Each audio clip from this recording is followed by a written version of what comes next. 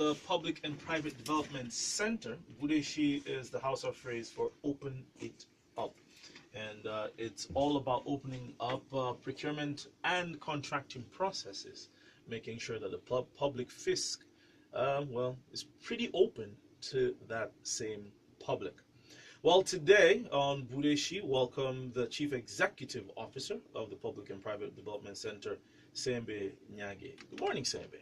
Good morning, Opie. Nice to see you after so many years. Where have you been? Where have you been? We've been where here. have you been? I've seen everybody. I've seen Mercy. I've seen Gift. I've seen Gucci. This is their show. So where have you been? But I've been here. I've been around, keep holding the fort while they, come on radio. But yes. it's very nice to see you. It's good to have you on the you. show today.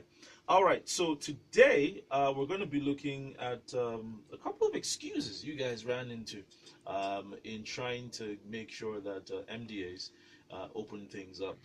Unfortunately, the vast majority of public institutions do not proactively disclose what should be made available to the public. So you have to go in there with your ghost busting material to make sure that they do that. And sometimes you encounter some really interesting well, just so you know, this is a build-up to the FOI compliance rankings that the PPDC organizes every year. And on the 28th of September, which is the International Right to Know Day, they will be ranking how many MDAs this time? Quite a number. Wow. Over more than 150. More than 150. Yes. Yeah. Wow. So you heard close to 100 different kinds of excuses then. Well, it depends. Some would give you, so they wouldn't make any excuse. Others would maybe say they would give, and you wouldn't get the information. But I think for us, some of the things that we found a bit disturbing or concerning was the fact that the act it's been here for a while, so we'll think that by now some of these excuses people wouldn't be relying on them anymore. True. Because there's more awareness on the law. So there's a time when it was new, and we would think that several people were unaware of its provisions, and but with time you would also think that many more people within the MDAs, because there's been lots of trainings, held for public institutions so that they, get to know the provisions of the law over the years. So that's what we find, a bit difficult to understand when in 2017, we still get some of these kinds of excuses. That's 6 years down the road after the act yeah. Has been passed. All right. So common excuses used by institutions to deny access to procurement information, and I think it's important that it's not just to call out the MDAs. Yeah. So we're trying to make sure that the MDAs understand that these excuses are not tenable. Yes. But also so that individuals and organizations that are listening right now will know how to respond. Exactly. And I think, that's very important. And I don't know, I think one of the issues or one of the challenges may be that sometimes, desk officers are moved within the MDAs, and the person who was the most conversant with the law, maybe when that position is changed and it's somebody else sitting there, the person has to, I don't know if the person is learning all over or the person doesn't know. So it's as if there's someone who is a custodian of the knowledge on the Freedom of Information Act in the, in that institution. Sometimes it's actually the heads that have that, the heads of the institutions that have have imbibed the culture. But if somebody, moves away, you don't get the same kinds of responses you would have gotten in the past. And so that means that it's not being institutionalized yet, or as much as it should be. It's not as embedded in the system as it should be. So yeah, I hope that this provides some clarity so that, there's increased compliance. All right, so let's jump into these excuses and see what you guys got to hear.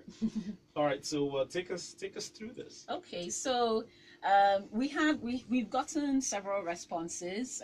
We've gotten people, and we've also even there's, I would say, increased proactive disclosure. Bureau of Public Service Reforms has consistently in the last 2 years tried to put out their procurement information, which is wonderful. And we've seen organizations like NATI also doing same. We've seen the Bureau of Statistics also responding within a day and trying to put out their information proactively, and that's just wonderful. That's such a great booster.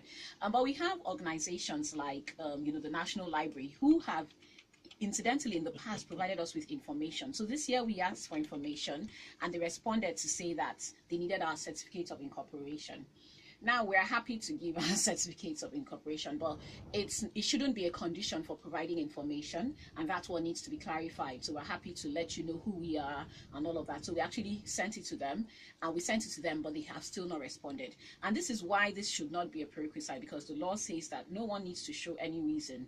So I don't have to even be an institution to be able to access information. In my own name, Sembe, Sembe, I can go and request for information, and I have a right to be given, public information, or information, publicly held information. So that was a bit of a, for us, it was a bummer. We'll call it a bummer, it was, why are you asking us for this after all this time? But it also, for us, is the fact that even after we provided it, you still didn't, you still haven't responded to the request. So it was almost like that was supposed to, it was almost like a distraction. Do this, they will give you this. But it was, and we made it clear in the letter to say, we're providing this. Whilst we're providing this, it's not a prerequisite to your responding to us or anything. You're not supposed to do that. And that's clear from Section 1 of the Freedom of Information Act. So you don't have people, everybody listening, you don't have to show any reason. You don't have to, what they would call standing. You don't have to, show interest before you're provided with information. All right, and it's interesting that I think after almost 2 decades, the National Library is still under construction. I know, yeah.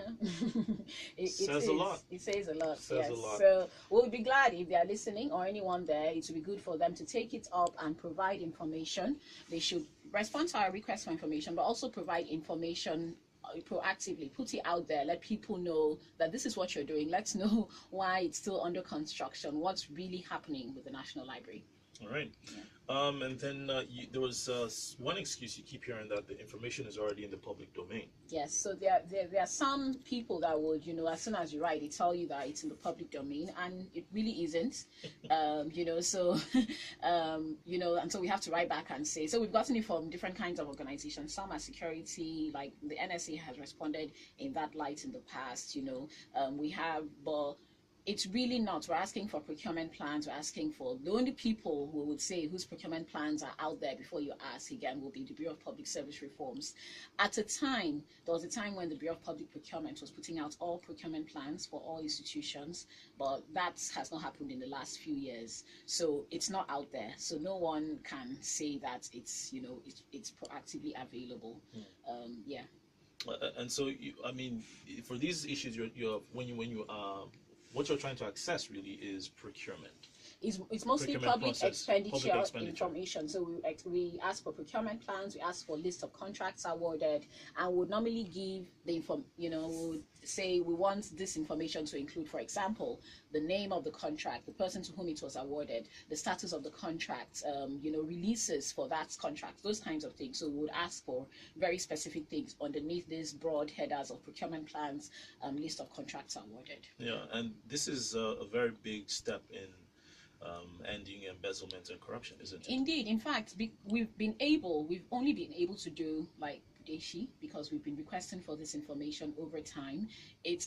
Because I think we're very wary as an organization of just relying alone on budget estimates to, go and monitor public procurement processes, because estimates in themselves, I can create a budget, but it doesn't mean that the money has been released. It doesn't mean the contract has been awarded or completed. It doesn't tell you much. But once the contract is awarded, then there's a presumption in law, because you're not supposed to award a contract without cash backing.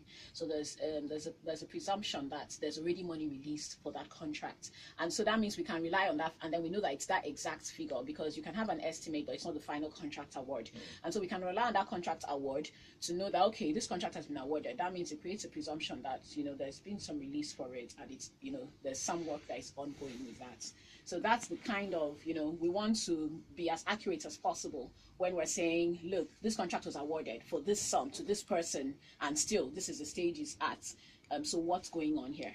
That kind of thing. And it's important to note that, internationally, this is accepted as one of the most proper ways to make sure that you hold governments and its institutions responsible. If not, all your agitation and all your We love people calling the radio station. We love that. Continue to call the radio station, but it has to go beyond that. Yes. And we can only bring people's aspirations and people's desires to the public. Yeah. But it happens when organizations like you, or concerned individuals, or citizens that just want to be responsible, take the extra step to engage with specific institutions or MDAs. And I think that's also why it's important for, for that being around, putting out information proactively, even before people request for it.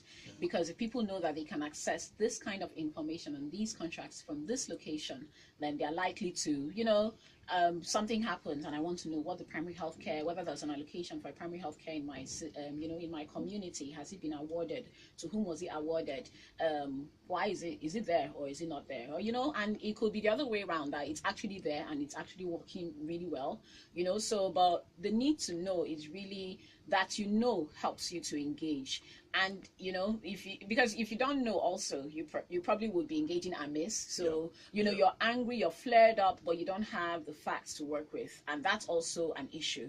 It's best that we are engaging from a point of knowledge. Well, your motto or your tag for the 28th of September is "Open it to fix it." Yes. Everybody, let's say everybody, but the vast majority of Nigerians want to fix Nigeria. Yeah. But we can't do that without opening. Exactly. And so this is for all of us, whether we're within government, outside of government, private sector. Imagine that I am given a contract, for example, to build a house, but not to build a house, to renovate it, but I don't know the structural issues. I may not have the competence to know the structural issues that are around the house. I just come and paint it up. But I haven't really, so it would be, I think the best thing people would start with, or what they would start with, is an assessment to know the state of the building, So if you don't know, then how are you going to fix it, So we need to open up the system to fix it up, And this comes back to public institutions. I'm very happy that the Bureau of Public Procurement is doing great work around trying to open up the contracting process. So they're trying to implement the open contracting data standards. And why that is important is because it gives unique identifiers to each contracting process, and so you can trace it from the beginning, from conception to the end. But this would also mean that they're integrating what they're doing with the work that the Budget Ministry is doing, the Ministry of Finance is doing, because Nigeria has been, for example, implementing GIFMIS.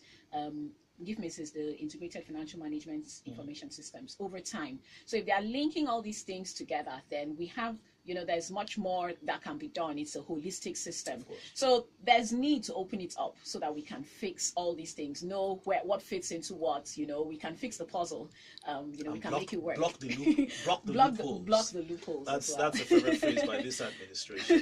It'd be interesting to see how much of that actually is going on. All right, and so you also heard another excuse as information may be injurious to national defense. Yes, that's one that we heard very much from the Office of National Security Advisor, and I think that's a bit worrisome for us. This year I don't think they've responded to our request, but last year they did, and this was the response. And it's a bit because we normally just ask for procurement related information, so we're asking for procurement plans, contracts awarded, and I understand that there's some information that you don't want to give out, which may be, for some reason it could be very sensitive, but there has to be some kind of uniformity across security sector agencies on what they're giving out and what they're not. For example, we had other parts of the military providing us with some information. We don't know how comprehensive it is, but they were providing some information and no harm has come out of it. But if we look at all the scandals also that have happened in the security sector, now there's lots of those things that are coming out. Coming to the fore. They're coming to the fore, and it looks like what's caused any injury was the fact that it wasn't disclosed in the first place. It's not the fact that, it's now we're seeing the injury that happened as a result of non-disclosure. So, you don't want to create a system where people think that the path to take is claiming something is security related because they know that they can rely on it and people will back away. That would now become the conduit pipe for people. Anyone who doesn't want to provide information will now rely on that. They would think that's the excuse to use. So we need to be clear on what kind of people need to be able to know what kind of information they can access from security agencies and what they can't, but also know there are times that you have information that was sensitive at some point, but it's no longer sensitive. So essentially, we need to know, the rules or, for classifying security sector information. That would help to create a framework for disclosure in the sector. And so that would prevent it from becoming, a corruption risk, kind of. And we've seen this in other countries, and I've said it before, we look at the False Claims Act in the United States, and one of the reasons why it was even passed was because, people were using that contract award process during the war, that was just the thing, you buy substandard of everything, they were making lots of money outside, from the tragedy. So we should make sure we can learn from that experience and make sure that that's not our own experience. Indeed. And along that, if you've watched, there's this movie, is it War Dogs or War something about, it's a recent movie, and it's actually based on a true life story in the United States during the Afghan and Iraqi wars, and how people use the same thing that we're saying. It's national defense, we can't divulge it. And then interestingly, on my trip, I met someone who works for the Ministry of Defense. And for a company that is contracted by the Pentagon, and their job is to make sure that all contracting and procurement processes within the defense sector are as open, as free and fair as possible. In fact, a very, just coming to that, a brilliant book was written by a lady on, that entire Afghani thing and how that was just fueling national security. And she actually even did like a chapter on Nigeria. So she covered different countries, and she did. And but when I was reading of the Afghan, I was, well, it was predominantly on Afghanistan, and she went there and stayed there for 12 years, and did this wonderful, coverage on it. I love her a lot. And it was, when I was reading, I was thinking, this sounds like Nigeria, but it was really making the case that, all these kinds of things fuel insecurity rather than, so we need to be, and, that was the case that she was making to the U.S. administration. Indeed. We're not a public institution within the meaning of the Freedom of Information Act 2011. Yes, so you get this excuse when people say they're not a public institution, so they are not required to provide you with information. These ones come mostly from private sector organizations. So we've had the likes of Julius Berger, give that excuse. And the reason is they think, they are contractors, they are not public institutions. And this is the thing, and this is for all contractors, bidders, no matter whether it's a primary healthcare center you're building, you're just supplying something. Or you're helping build the National Library. Or you're building the National Library. 2 decades.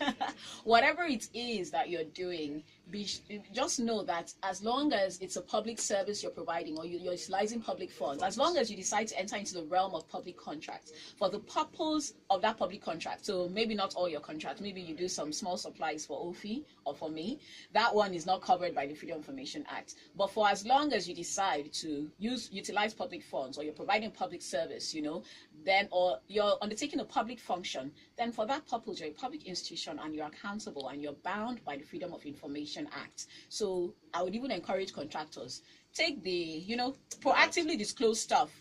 When Elbit's, there's an Israeli company called Elbit, and when they had given, they had entered into a contract with the Nigerian government, they published on their own website. That's how we got to know about exactly. It. That's how we got not from. We had to go all across the world. Yes, exactly. Thank God for the private. Thank God for the internet that brings the world to us. That's how from a private entity they had proactively published it because that's the practice. So if you are providing services, public services, carrying out public functions, utilizing public funds. We're coming for you. Yes. So please respond. We're coming for you. But you can look in the Freedom of Information Act Section 2. You can proactively provide that information. Let people know what it is you're doing and all of that. Let people start to assess us based on our competence. And what it does is that it opens doors for us. I'm sure that the Nigerian government went to Elbit because they found out that they were great at security services. It's because they have a name for doing those things. So, you can do work beyond Nigeria. So it's good for your pocket, it's good for your economy as well. So think about the benefits of disclosure. There's a quote from your board chair, Chibuso Ekwekwo. He says, "It is in the interest of government that citizens can verify its performance. Yes. There is no better way to mobilize citizens behind government programs than to give them access to participate in public expenditure decision making and monitoring. Yes. So it's not to witch hunt. Exactly. It's not, It's and not don't to- even it's not take to it as deride that. them. Exactly. Like, just imagine you're putting out information, because things won't always go right, but things will go right too. But you have to carry people along. Not everyone would agree with the decision you've taken, Indeed. but let us know what that is. Let there be space to dialogue. Even if you have to do it, people understand the rationale and why you're doing it, and then that also helps all of us to learn from the experience, and it just creates a more, I believe, harmonious country. So I think many of the things that we have and the things that drive rumors, something starts up, but no one knows where, the true facts, or the facts around, the situation. And then we just have different kinds of rumors, stemming up, and in fact, for me, it goes into all these things that, people now take the view that maybe someone is anti-government or anti-this, but it's that we don't know enough. So why don't you put out information in a way that we can constructively engage, that we can all further the cause of the nation. All right, let's open up the phone line so you can join us on Opening It Up, Budeshi, as we seek to open it to fix it. Sembe Nyage, CEO of the PPDC, is with me in the studio this morning, and we welcome callers 094600 951 009 597 4869. That's 094600 951 0809 597 4869. Have you had a door slammed in your face by an MDA when you were trying to access procurement and contracting information? It'd be interesting to know what your experience has been. Before we take any more contributions, could you give us how we can get in touch with you? Website? Yes, Twitter? so you can get in touch with us at ppmonitorng on Twitter. Our website is procurementmonitor.org. You can go and look for contracts in your vicinities on budeshi.ng, and you can report as well from there.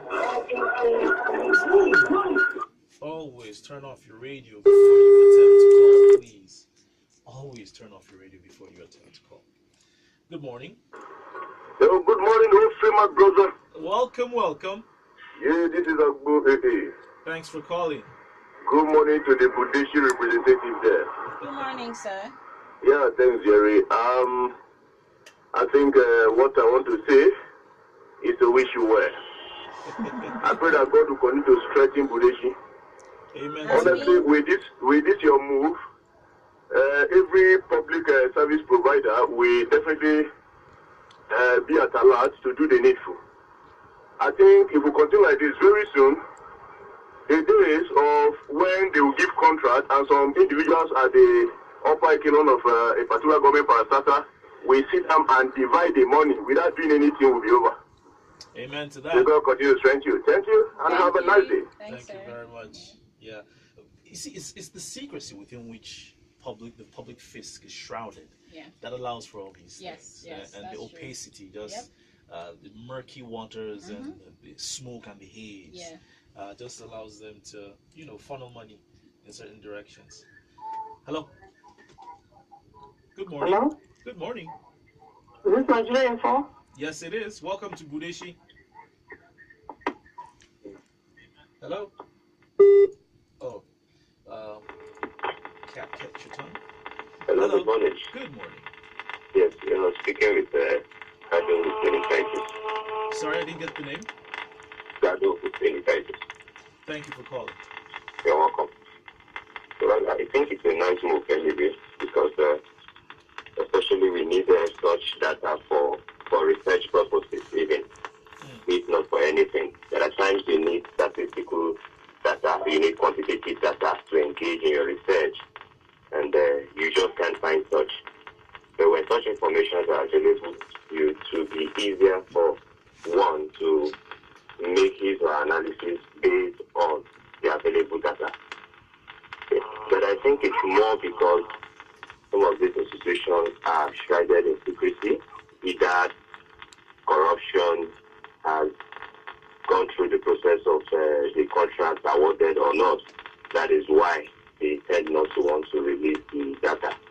But I think it's a good step, and I hope with time, institutions will begin to comply and make available those data as may be required. Thank you so much. All right. Thank you for calling. Appreciate. Very valid point you've made, sir. Hello. Hello, good morning. Good morning. Hey, Sentogube on the line. Thank you for calling. Yes, I just want to advise the Budeshi in the studio there. Before she will get the good result achieved, if they want to give out contract or assign to any of the company or private sector, they should also involve the youth leader and the youth leader and the community leader. Failing to do that, they can't achieve any good result because they will still go back and connect with them to do the same thing. At the time I called this program, I told her that my own village is Utuwan in Obudu local government, Cross River State. There are a lot of projects that have been abandoned, not being achieved. Till today, that contract are still there. And our chief and those other people cannot talk. If the youth leader wanted to come and start talking, they will intimidate them, they will threaten them. If you talk, they will deal with you. I don't know what is this freedom of information. I'd like to know it's all about. Please educate me more on that. Thank you. All right. Do you want to very quickly educate this caller and anybody else? Okay, thanks, sir. And the Freedom of Information Act is really, it's a law that was passed by our National Assembly to allow people to access information, publicly held information. And part of the information you can access is information on expenditure and receipts of government. So money, revenues, expenditure is part of, the kinds of information that people can access. And this is really to help you to participate in your government, to be part of the system, to be involved in decision making and all of that. So I would encourage everyone, wherever it is that you are, to try to use this law. We can do this, and what we're doing is that whenever we get this information, we're trying to put it out there, and we're trying to follow up on some contracts, but we need many more people participating, using information that is out there to follow up on contracting processes in their vicinities. I think one of your projects, the PHC monitoring, you had a lot of people just giving you information based on where they were. You didn't know them from Adam or Eve. Yes. I think that there's this particular one in Delta where on paper, here in Abuja, there existed the primary health care. Yes. But when you put it out there and somebody called you and said, no, there's no such thing. Exactly. He was on Twitter and, we just took a snapshot from Deshi and put it all out there. And he said, in fact, what he said at first was, this money would not be enough to do it. So he treated it like a budget estimate. And we're like, oh, no, it has already been done. That's all, and he said there's nothing like that there because it was 2014, it was awarded then and all of that. And he said, no, that this doesn't exist. And so he came from, Delta to come and meet with the authorities. And, so that is something that is ongoing. We don't have a definitive answer of what really happened, but we're hoping that National Primary Healthcare Development Agency can tell Nigerians what exactly happened. And we just hope that it can be for all kinds of contracts, because things happen, right? Plans change, whatever it is. It's good that people know exactly what happened so that we can follow up. We shouldn't be expecting something if it's never going to come to us. Indeed. Let's take one last phone call. Hello. Oh, good morning. Welcome to Budeshi. The Right Honorable AJB. God bless you, sir. Your Excellency, you're welcome. Good morning to our guest. Good morning, sir. God bless you. I appreciate your work. Your name, sir? My name is Mr. Emmanuel Bassi. Oh, Emmanuel Bassi, welcome. Thank you. Your mission is to ensure transparency in a procurement system, right? Yes. Okay. You see, how do you handle the unwillingness on the part of these two institutions, the executive and the legislature? They are not willing to share information. If these two agencies, these organs don't share information, how will transparency and openness in our society be accelerated? How do you deal with that? All right, just stay tuned, Emmanuel. Simply trying to delve into that. If at the very top, the organs at the top. Well, I would say we're begging the National Assembly to open up its own budget. The National Assembly, I agree with you. They are the ones who passed the law, and so we hold them to account to do well by the laws that they have passed. And the executive, that's why we're using the Freedom of Information Act. We already have it, and the more we engage with it, the more we can make sure that it's as useful as possible to us. It's the tool that everybody now in Nigeria has to, just get as much information as we can information. But even push the frontiers from only requesting for information to saying, look, you should be putting out this information proactively. You shouldn't only be waiting for us to ask you for it before you put it out. And so that's why I would always applaud the Bureau of Public Service Reforms under, Dr. Joe Abba, whose tenure is rounding up, because he was the first person, he worked with the Right to Know initiative to put up, the first FY portal, simple to use, but very effective to put out information. When people request for information, he now automatically also puts it out there so that, you can find it there, and all of that kind of thing, those kinds of things. And NATI has taken up that step as well. We've seen that the Ministry of Justice, and I think last week or 2 weeks ago, also did similar. So let's test institutions, let's make them grow, let's use the act to make sure that they can stand by their word, to open it, and we can actually not just we can open it and fix it, because there's so much that needs to be fixed. Yeah. All right.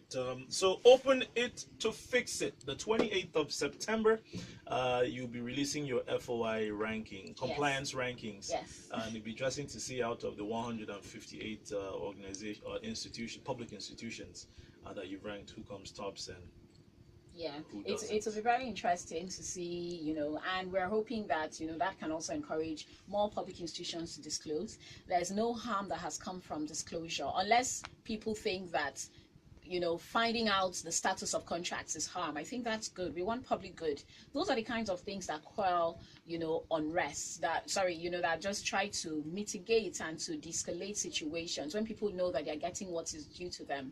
So, we need to open up the system so that we can fix it where it needs to be fixed. We can applaud things that are going on well as well, but we can't do that when we don't know. We need to know the facts. And so we hope that, public institutions will be there to see how they rank and to be encouraged to do better, to see the high flyers, the champions, those who are, the bright spots in all of this. Because in spite of all the darkness, I believe that there's some bright spots, and it would be nice to see those bright spots. Yeah. So it's just about a month away, 28th of September. Yeah. So we'll give you the details of how to attend and be a part of the FOIA compliance rankings by the PPDC.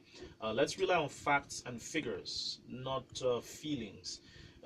And make sure that we open everything and fix it. Thank you very much, Sembe Nyagi. Thank you, Opie. Thanks for having us. Thank you for listening and being a part of Budeshi. Hope you can join us next week, Friday at 8:05 as we open up contracting and procurement processes. I'm Wolfie. This is the Morning Crossfire. Don't go anywhere. Let's look at whether or not the Jonathan administration welcomed freedom of